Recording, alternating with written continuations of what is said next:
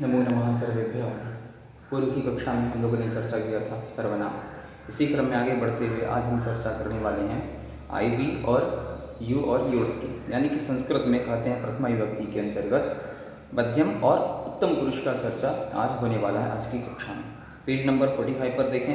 कहते हैं कि एक वचन, द्विवचन, बहुवचन में तीनों ही वचनों में हम कैसे अपनी बात को कहेंगे जब हमें कोई बात तुम या तुम्हारा अथवा मैं या हमारा कहकर बतानी हो अथवा प्रयोग करना हो। तो कहते हैं कि एक वचन में त्वम खेलसी, द्विवचन में युवाम खेलथः और बहुवचन में यूयम खेलथ। फिर उत्तम पुरुष में जब आई और वी की बात करनी हो कहेंगे क्या? कहते हैं एक वचन में अहम पठामि, द्विवचन आवाम पठावः, बहुवचन वयम पठामः।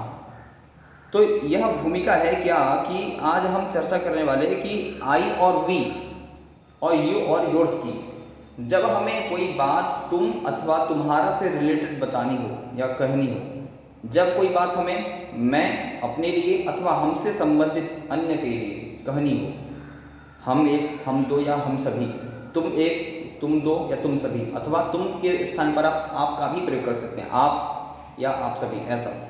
लेकिन संस्कृत में अगर कहा जाए आपके लिए तो अन्य पुरुष हो जाता है। तो कहते हैं कि त्वम खेलसी, युवाम खेलथः, यूयम खेलथ। तो सबसे पहले हम चर्चा करने वाले हैं मध्यम पुरुष, इसके अनंतर हम बढ़ेंगे उत्तम पुरुष की ओर। तो मध्यम पुरुष बताता है किसके लिए? यू और योर्स के लिए प्रयोग किया जाता है जब कोई बात तुम अथवा तुम्हारा ऐसा कहकर कहनी हो, कर्ता यानी कि तुम के रूप में दिखाई देता हो युष्मत शब्द, तो वहां पर कैसे प्रयोग करेंगे? त्वम खेलसी। देखिएगा, कहते हैं कि त्वम खेलसी, त्वम किम करोसी, त्वम खेलसी। अब कोई बालक है, उसको कहा जा रहा है कि त्वम, त्वम, त्वम शब्द का अर्थ हुआ तुम। अब जब हम यह ध्यान दें कि जब हम किसी व्यक्ति को कहते हैं तुम, छोटा हो या बड़ा हो, तुम या आप, तो तुम या आप शब्द का प्रयोग करने से सिर्फ उसी व्यक्ति के बारे में बात कही जा रही होती है, जो भी बात होगी वह उस व्यक्ति से संबंधित ही होती है। यानी कि हम किस वचन का प्रयोग करने वाले हैं? एक वचन के शब्द का, क्योंकि तुम एक व्यक्ति, तुमने ऐसा किया, तुम सिर्फ तुमने, तुम एक व्यक्ति ने ऐसा किया, आपने सिर्फ ऐसा किया, आप एक ने ऐसा किया। तो बोले कि त्वम किम करोसी, तुम क्या करते हो? त्वम खेलसी, तुम क्या करते हो? खेलते हो, खेलसी, खेलते हो, क्रीड़ा करते हो। अब इसी के स्थान पर हम बहुत सारी क्रियाओं को प्रयोग कर सकते हो। तुम खेलते हो, तुम पढ़ते हो, तुम जाते हो, तुम सोते हो, तुम क्रीड़ा करते हो, तुम अध्ययन करते हो। तो बोले कि त्वम खेलसी, त्वम शब्द का अर्थ हुआ तुम। अब तुम हम किसके लिए प्रयोग करते हैं इंग्लिश में? यू के लिए। यू बोले कि त्वम माने तुम, खेलसी खेलते हो। तो संस्कृत में मध्यम पुरुष का प्रयोग किया जाता है, माफ करें, मध्यम पुरुष का प्रयोग किया जाता है त्वम शब्द का तुम के अर्थ में, जिसका इंग्लिश में आप यू का प्रयोग करते हैं। तो इस वाक्य में त्वम खेलसी कौन करता है? सब्जेक्ट कौन है? खेलने की क्रिया को कौन कर रहा है? त्वम, तुम कर रहे हो। तो त्वम शब्द क्या हो गया? सब्जेक्ट हो गया, यानी कर्ता। अब त्वम कौन सी क्रिया कर रहा है? खेलने की क्रिया कर रहा है। तो खेलसी शब्द क्या है? क्रियापद है, वर्ब फॉर्म में। तो खेलसी क्या बन गया? वर्ब, क्रिया हो गई। तो देखें, जिस वचन का करता है उसी वचन की क्रिया का भी प्रयोग करेंगे। तो खेलसी शब्द किस वचन का है? एक वचन का है। त्वम शब्द किस वचन का है? एक वचन का है। क्यों? क्योंकि कर्ता भी एक है, उसके द्वारा किया जाने वाला कार्य अथवा क्रिया भी एक वचन में ही होगा, वह एक वचन में ही प्रयोग किया जाएगा। तो त्वम खेलसी शब्द का अर्थ हुआ त्वम खेलसी, तुम खेलते हो अथवा तुम खेल रहे हो। जब कर्ता के द्वारा किया जाने वाला कार्य वर्तमान अर्थ को बताता हो, यानी तुम खेलते हो या खेल रहे हो, प्रेजेंट टेंस में, इंडेफिनिट या कंटिन्यूअस को छोड़ दें। संस्कृत में इंडेफिनिट या कॉन्टिन्यूअस कार्य नहीं करता, लेकिन काम क्या करता है? सिर्फ वर्तमान, भूत और भविष्य। भविष्य में पार्ट नहीं देखेंगे। भविष्य का अर्थ होता है अन्यत्र भविष्य, पूरा। भूत का अर्थ होता है अन्यत्र भूत, जितना भी भूत में बीता हुआ समय। वर्तमान यानी जितना भी प्रेजेंट टेंस है वर्तमान है। संस्कृत में प्रेजेंट इंडेफिनिट कॉन्टिन्यूअस परफेक्ट या परफेक्ट कॉन्टिन्यूअस ऐसा प्रयोग नहीं होता, बल्कि वर्तमान का सिर्फ अर्थ वर्तमान ही लिया जाता है, यानी कि संपूर्ण वर्तमान काल। भूतकाल का संपूर्ण भूतकाल लेते हैं, भविष्य का अर्थात भविष्य संपूर्ण काल। तो उसमें विभाग या विक्षेद अलग अलग पार्टीशन नहीं होता, जैसा कि इंग्लिश में आप देखने को पाते हैं। बोले त्वम खेलसी, तुम खेलते हो, तुम खेलते हो अथवा तुम खेल रहे हो। कर्ता जो हमारा कर्ता है वह सब्जेक्ट जो है वह खेलता हो अथवा वर्तमान में भी खेल रहा हो, तो वहाँ पर दोनों ही अर्थ में हम त्वम खेलसी का ही प्रयोग करेंगे। तो अब देख लें त्वम शब्द का रूप चलेगा किस शब्द से त्वम शब्द बना है? युष्मत् शब्द से। त्वम शब्द का अगर रूप पूछा जाए, यह त्वम शब्द युवाम या युयम शब्द किन मुख्य शब्द से बने हैं? किस मुख्य शब्द से बना है? इसका मूल शब्द क्या है? बोलेंगे युष्मत् शब्द। युष्मत् शब्द से यह बना हुआ शब्द है त्वम। तो त्वम माने तुम एक व्यक्ति, खेलसी खेलते हो, खेल धातु से बनता है खेलसी शब्द। वर्तमान में खेलते हो या खेल रहे हो, यह अर्थ हुआ। अब देखें खेलसी शब्द का रूप कैसे बनेगा। खेलसी शब्द एक वचन में है, तो द्विवचन बहुवचन में क्या बनेगा? खेलसी, खेलथः, खेलथ। अब आगे हम अगले क्रम में देखने वाले हैं द्विवचन के शब्द का। तो बोलते हैं कि त्वम खेलसी, तुम एक व्यक्ति खेलते हो, जो एक वचन है शब्द का, जो एक वचन में करता है। अब इसी बात को हम दो लोगों के लिए कहें, तुम दो लोग खेलते हो, तुम दो बालक खेलते हो, क्या होगा वाक्य? तो बोले कि त्वम की जगह क्या हो जाएगा? युवाम, त्वम युवाम। अब हम यहाँ पर व के ऊपर बिंदु भी दे सकते हैं अथवा म भी लिख सकते हैं। युवाम ऐसे भी लिखा जाएगा अथवा बिंदु देकर भी आप लिख सकते हैं। दोनों ही तरीकों से युवाम शब्द सही माना जाएगा। युवाम खेलथ, क्या हो जाएगा? खेल थ और विसर्ग, खेलथ, युवाम खेलथ। अब देखें त्वम शब्द एक वचन का था, तो युवाम शब्द किस वचन का हो गया? द्विवचन का। क्यों? क्योंकि युवाम शब्द का क्या अर्थ होगा? तुम दोनों, तुम दोनों ही खेलते हो अथवा खेल रहे हो। खेलथा, खेलसी खेलते हो, तुम एक खेलते हो। युवाम खेलथा, तुम दोनों ही खेलते हो, तुम दोनों ही खेल रहे हो। तो खेलते हो कितने संख्या में है? दो, द्विवचन का है। तो जब कर्ता द्विवचन का है तो क्रिया भी द्विवचन की ही प्रयोग होगी। युवाम, तुम दोनों, जिसका अर्थ हुआ किस वचन का है? द्विवचन का शब्द है। खेलथा, खेलते हो किस वचन का शब्द हुआ? द्विवचन का। जिस वचन का कर्ता उसी वचन की क्रिया। तो कहे कि त्वम खेलसी, तुम एक खेलते हो, युवाम खेलता, तुम दोनों खेलते हो, एक वचन द्विवचन। अब इसके अंतर क्या बचा? बहुवचन। तो बहुवचन कहता है कि मेरे अंदर, यानी कि बहुवचन शब्द कहता है कि मुझको प्रयोग करने से आप यह अर्थ बताएंगे कि संख्या में किसी व्यक्ति अथवा वस्तु में संख्या में कितने हैं? वह 3 अथवा 3 से ज्यादा है। जब कोई व्यक्ति अथवा वस्तु की संख्या 3 या 3 से ज्यादा हो तो बहुवचन के शब्द का हम प्रयोग कर लेते हैं। तो क्या हुआ बहुवचन में? बोलेंगे यूयम, क्या हुआ? यूयम खेलथ, खेलथ। ध्यान दें यूयम शब्द का अर्थ क्या हुआ? तुम सब या तुम सभी। खेलथ, खेलते हो अथवा खेल रहे हो।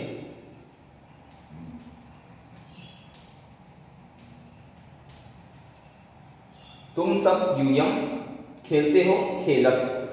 द्विवचन में हमने प्रयोग किया था खेलथः, जहां पर थ के अंत में बाद में विसर्ग लगे हुए होते हैं। जिस शब्द में क्रिया के अंत में खेलथः द्विवचन में विसर्ग लगता है, वहीं बहुवचन में विसर्ग नहीं प्रयोग किया जाता, बल्कि पूर्ण शब्द का हम प्रयोग करते हैं। तो बनेगा खेलसी, खेलथः, खेलथ। तो बहुवचन में विसर्ग नहीं प्रयोग किया जाता, बल्कि द्विवचन में विसर्ग का प्रयोग करते हैं। तो विसर्ग का सिर्फ इतना ही डिफरेंस बहुवचन और द्विवचन में परिवर्तन ला देता है। तो यूयम शब्द का अर्थ होगा तुम सब। किसके अर्थ में? यू के अर्थ में, YOU के अर्थ में प्रयोग किया जाता है। तुम एक व्यक्ति खेलते हो, त्वम खलसी। तुम दो लोग खेलते हो, युवाम खेलथ। तुम सभी खेलते हो। यूयम खेलथ, तो यूयम शब्द क्या अर्थ हुआ? तुम सब, खेलथा खेलते हो। किस वचन के हैं? यह दोनों शब्द। यह शब्द है बहुवचन की। खेलथा शब्द किस वचन का है? बहुवचन का शब्द है। तो इस प्रकार से आपने देखा कि हम जब कोई बात तुम अथवा तुम दोनों या तुम सभी के अर्थ में अगर ऐसा कहना हो, यू या योर्स के लिए प्रयोग करना हो, तो कैसे हम एक वचन, द्विवचन अथवा बहुवचन के शब्द का प्रयोग कर सकते हैं और अपनी बात को कह सकते हैं संस्कृत के माध्यम से, संस्कृत की भाषा में। अभी तक हम लोगों ने प्रथमा विभक्ति छोड़े मध्यम पुरुष में मुख्य रूप से प्रयोग किया। मध्यम पुरुष सिर्फ और सिर्फ यू के लिए ही प्रयोग किया जाता है। यानी मध्यम पुरुष अगर कोई पूछे कि मध्यम पुरुष में हम किसका प्रयोग करते हैं, किसके लिए बात करते हैं, तो वह सिर्फ बात यू या योर्स के लिए कही जाती है। लेकिन जब कोई बात हमें अपने लिए कहनी हो या हमसे संबंधित मैंने, हम सब ने या हम दोनों ने, ऐसा अगर कहना हो, कर्ता अगर मैं खुद हूँ या हम सभी कर्ता है, हम सभी सब्जेक्ट के रूप में अगर बात बतानी हो, मैं आज गया, हम दोनों गए, हम सब गए, ऐसा कहना है, तो क्या प्रयोग करेंगे? तब हम प्रयोग करते हैं उत्तम पुरुष का। उत्तम पुरुष अपने लिए प्रयोग किया जाता है। यानी कि जब कोई बात आई और वी के लिए कही जा रही हो, कर्ता वहाँ पर मैं या हम सब हों, यानी कि सब्जेक्ट हमारा आई और वी हो, तब संस्कृत में क्या करेंगे? उत्तम पुरुष का हम प्रयोग करते हैं। पुरुष माने व्यक्ति, कौन है? उत्तम, अपने लिए ही प्रयोग किया जा रहा है।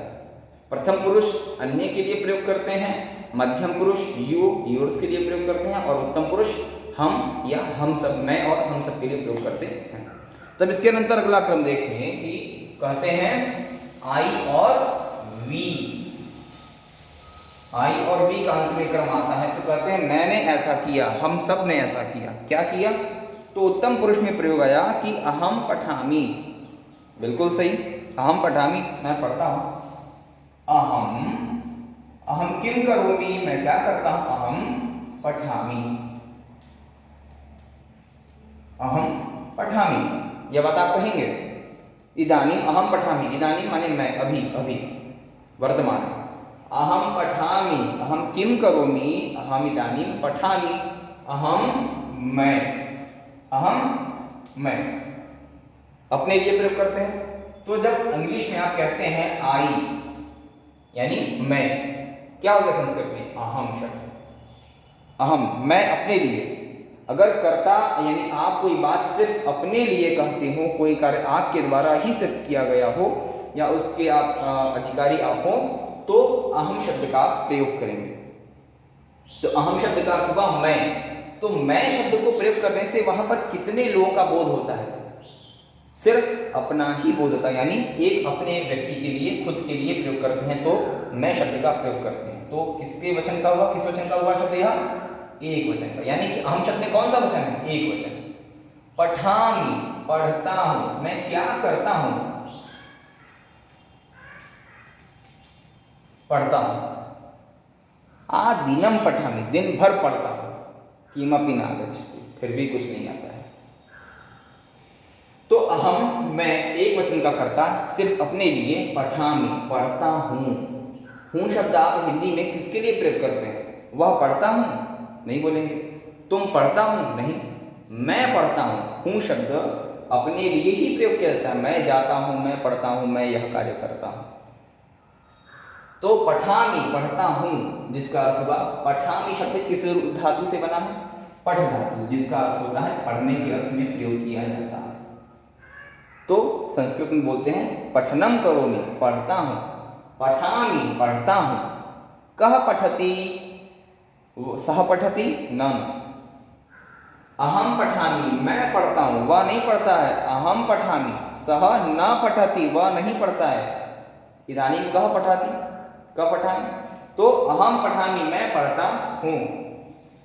अब पठामि शब्द में वचन कौन सा है? एक वचन। क्यों? क्योंकि कर्ता एक वचन का है, तो क्रिया भी एक वचन की ही प्रयोग की जाएगी।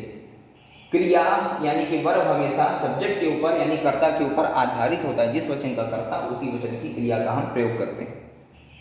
तो कर्ता एक वचन का, तो क्रिया भी एक वचन की ही प्रयोग की गई।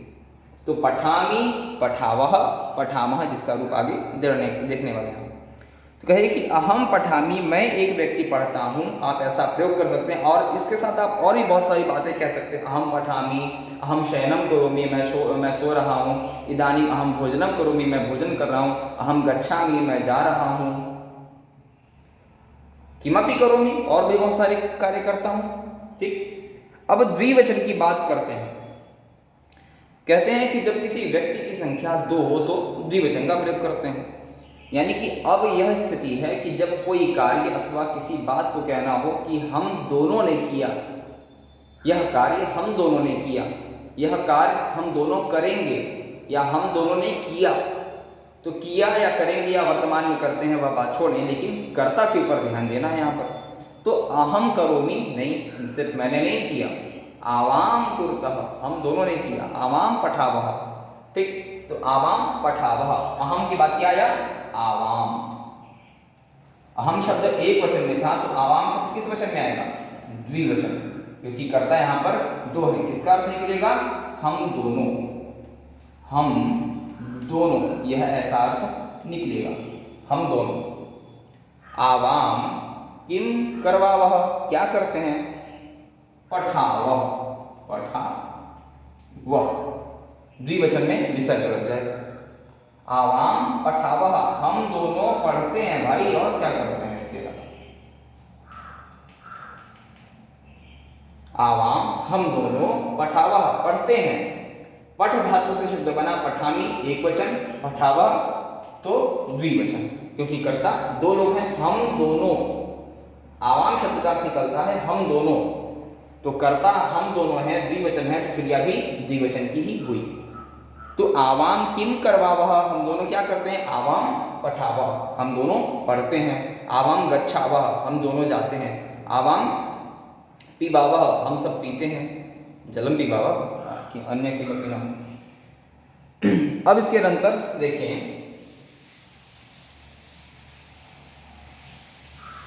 जब द्विवचन का हम लोगों ने कर्ता देख लिया, तब इसके अंतर कौन बचा, हम सब, यानी कि बहुवचन का कर्ता बचा। ध्यान दें, यह सारी बातें हम अपने लिए प्रयोग कर रहे हैं, मैं अथवा हम सब, आई और वी की बात चल रही है। आई शब्द एक वचन का है, सिंगुलर, प्लूरल हो जाएगा वी शब्द। तो बोले अहम आवाम वयम, वयम किम करवामः, क्या करते हैं, तो वयम पठामः, दिनम पठामः, दिन भर पढ़ते हैं हम सब।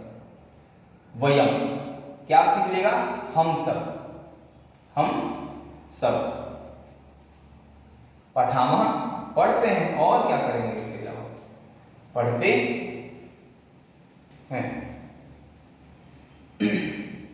तो वयम शब्द का अर्थ निकला हुआ हम सब, किस अर्थ में प्रयोग करते हैं, वी के लिए, वी के अर्थ में प्रयोग करते हैं। पठामः पढ़ते हैं, कौन पढ़ता है, वयम, अरे भाई हम सब लोग पढ़ते हैं। कौन सा वचन है, बहुवचन हो गया। क्यों, क्योंकि हम सिर्फ एक नहीं है, हम सिर्फ 2 लोग नहीं हैं, हम 3 हैं या 3 से ज्यादा लोग बैठकर पढ़ते हैं, हम सभी पढ़ते हैं, तो बहुवचन का शब्द हो गया। तो कर्ता जब बहुवचन का है, तो क्रिया भी किस वचन की हो जाएगी, बहुवचन की ही होगी, यथा कर्ता तथा क्रिया। तो पठामः शब्द बना पठामी, पठावः, पठामः, अहम पठामी, आवाम पठावः, वयम पठामः, तो हम सभी पढ़ते हैं, यह अर्थ हुआ। तो इस प्रकार से आपने देखा सामान्य तौर पर कि कैसे हम यू और योर्स के लिए कहेंगे कोई बात को, तो त्वम युवाम यूयम, और जब आई और वी की बात हो तो अहम आवाम वयम। तो यू शब्द आता है मध्यम पुरुष में, और आई शब्द आता है उत्तम पुरुष में। इसी के अंतर अब अगले क्रम में बढ़ते हुए पेज नंबर 46 पे क्या करें कि इसी प्रकार से जो आपने पूर्व में अभी तक आपने पढ़ा, जो ज्ञान हासिल किया, हम अन्य विभक्तियों के प्रयोगों को भी समझ सकते हैं। संभावना जता रहा है, कहते हैं कि हम समझ सकते हैं और इससे बात और आगे बढ़कर हम जान सकते हैं। इसके अलावा भी बहुत सारी चीज़ें जानने को, पढ़ने को बची हैं। क्या क्या चीज़ें हैं दिख रहा है। अब आगे कहते हैं कि आइए हम कुछ सर्वनाम शब्दों के 7 विभक्तियों तथा तीनों ही लिंगों के रूपों का अभ्यास करें। तो ये कह रहे हैं कि जब आप सर्वनाम शब्द पढ़ ही रहे हैं, आपको बताया गया कि कौन से शब्द एक वचन, द्विवचन, बहुवचन में प्रयोग करेंगे, दिस के अर्थ में, दैट के अर्थ में कैसे बात कहा जाएगा, जब कोई पुल्लिंग है, स्त्रीलिंग है अथवा नपुंसक लिंग है तो वहाँ पे कौन से सर्वनाम शब्द का प्रयोग करेंगे, सह, सा और तत्, एषः, एता, एषः, एतौ, एते, इस प्रकार से। तो कैसे कैसे एक वचन, द्विवचन, बहुवचन है, पुल्लिंग, स्त्रीलिंग, नपुंसकलिंग है, वहां पर कैसे कैसे शब्द का प्रयोग करें, यह सब कुछ हमने देखा, पढ़ा और इसको स्मरण रखें आगे के लिए भी, तभी हम भाषा को शुद्ध रूप से बोल अथवा लिख पढ़ सकेंगे। अब आगे कहते हैं कि सर्वनाम शब्द रूपाणी, सर्वनाम शब्द के अन्य बहुत सभी रूप बचे हुए हैं जो यहाँ पर चर्चा नहीं की जा रही है, लेकिन क्या करते हैं, उन सभी शब्द रूपों को दे दिया गया है जो कि शब्द रूप आप याद करें, और जब आप याद करेंगे तो आप याद करने के कारण उन शब्दों का अपनी भाषा में प्रयोग कर पाएंगे, लिंग के अनुसार, वचन के अनुसार, जिसको जो बोलना हो आप ऐसा कह पाएंगे अपनी बात को उन शब्दों का प्रयोग करते हुए। इसीलिए शब्द रूपों की आवश्यकता होती है। अगर आप पूछें कि शब्द रूप इतने सारे हैं, याद क्यों किया जाए, क्या करना, क्या आवश्यकता है, तो ये सारे शब्द रूप ये अर्थ को बताते हैं और किसके लिए आपको कौन से शब्द रूप का प्रयोग करना है, किस वचन के आधार पर आपको शब्द बोलना है, यह सभी शब्द रूपों से ही तय होता है। तो सातों विभक्तियों में विभक्तियां 7 हैं, प्रथमा से लेकर सप्तमी पर्यंत संबोधन को अतिरिक्त माना गया। और इसके बाद बोले तीनों ही लिंगों में, पुल्लिंग, स्त्रीलिंग, नपुंसकलिंग शब्दों में, और बोले तीनों ही वचनों में, यानी कि वचन, लिंग और पुरुष तीनों को ही ध्यान में रखते हुए अपनी बात को कहना पड़ता है, कहना चाहिए। इस प्रकार से हम आज की कक्षा में इतने ही पर्यंत रखते हैं। जिस प्रकार से अगली कक्षा में हम अन्य सभी शब्द रूपों को, यानी सर्वनाम शब्द रूप जितने भी आगे दिए जा रहे हैं उन सभी का हम उच्चारण करना, कैसे याद किया जाए, कैसे उसको पढ़ा जाएगा, यह सब कुछ देखेंगे। आज के लिए सिर्फ इतना ही। नमो नमः।